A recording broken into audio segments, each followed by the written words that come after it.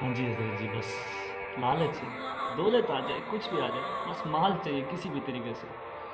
حضرت عیسیٰ علیہ السلام کے زمانے میں نا ایک شخص تھا، تو حضرت عیسیٰ جب نبوت کا اعلان کرنے کے لیے جایا کرتے تھے تو ایک شخص تھا، کہنے لگا میں بھی آپ کے ساتھ آج سفر کرنا چاہتا ہوں۔ تو حضرت عیسیٰ نے کہا میں نبی ہوں اور تو ایک عام انسان ہے، تو میرے ساتھ سفر نہیں کر سکتا۔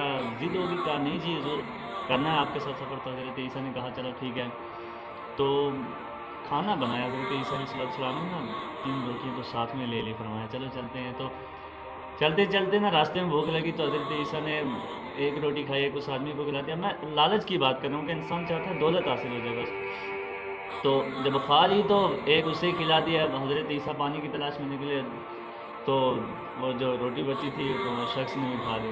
اب کھانے کے بعد حضرت عیسیٰ نے فرمایا وہ روٹی تیسری کہاں گئی؟ تو کہنے لگا اللہ کی قسم مجھے تو معلوم نہیں ہے کہاں گئی۔ حضرت عیسیٰ نے کہا کوئی بات نہیں، چلتے ہیں۔ چلتے چلتے نا راستے میں پانی آیا، تو حضرت عیسیٰ نے اس کی انگلی پکڑ کے پانی پہ ایسے چلایا جیسے کشتی چلتی ہے۔ فرمایا سچ بتا وہ کسی نے کھائی روٹی؟ کہنے لگا اللہ کی قسم مجھے نہیں پتا۔ حضرت عیسیٰ نے کہا کوئی بات نہیں، نہیں معلوم تو چلو۔ تو اب راستے میں پہنچے تو ہرنی کے 3 بچے آئے، انہیں ذبح کیا اور پھر اسے کھلایا۔ کہا سچ بتاؤ روٹی کس نے کھائی؟ پھر سے انکار ہوا، کہا اللہ کی قسم نہیں معلوم، میں نے کھائی نہیں۔ اب میں لالچ کی بات کر رہا ہوں کہ انسان کے پاس کتنی دولت آ جائے لیکن پھر بھی وہ لالچ میں بھرا رہتا ہے۔ اب اس نے انکار کیا، کہا نہیں معلوم۔ تو حضرت عیسیٰ علیہ السلام نے کہا چلو کوئی بات نہیں، اب چلے۔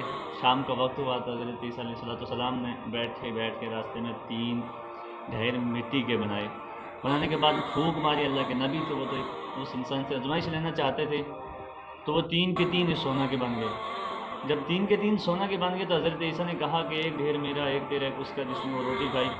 اب لالچ میں آ گیا، کہنے لگا اللہ کی قسم وہ روٹی میں نہیں کھائی تھی۔ حضرت عیسیٰ نے کہا کہ اب سونے کو تم ہی رکھ، مجھے اس چیز کی کوئی ضرورت نہیں، ہم نبی ان چیزوں کی لالچ نہیں کرتے۔ تو اب راستے میں بیٹھا تھا، 2 آدمی اور آ گئے، کہنے لگا بھائی 3 ڈھیر سونے کے، تینوں ایک ایک لے لیتے ہیں۔ اب تینوں نے مشورہ کیا، ایک ایک لے لیا۔ اس کے بعد مشورہ کیا کہ بھوک لگی ہے، کھانا بھی کھانا ہے۔